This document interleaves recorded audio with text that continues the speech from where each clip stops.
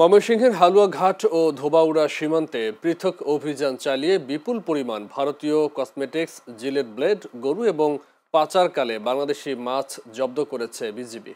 শুক্রবার ও শনিবার ময়মনসিংহ ব্যাটালিয়ন ৩৯ বিজিবির গোপন সংবাদের ভিত্তিতে এ অভিযান পরিচালনা করা হয়। বিজিবি জানায়, হালুয়াঘাট উপজেলার বাঘাইতলী, পূর্ব গোবরাকুড়া ও কুটিয়াপাড়া সীমান্ত দিয়ে ভারত থেকে পণ্য পাচারের সময় ভারতীয় স্কিন সাইন ক্রিম, জিলেট ব্লেড এবং গরু আটক করে। জব্দকৃত মালামাল ও গরুর বাজার মূল্য ১০,৪৯,৫০০ টাকা।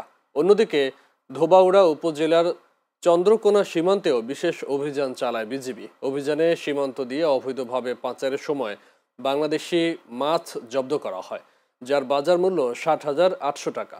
এ বিষয়ে সত্যতা নিশ্চিত করেন লেফটেন্যান্ট কর্নেল অধিনায়ক মেহেদী হাসান।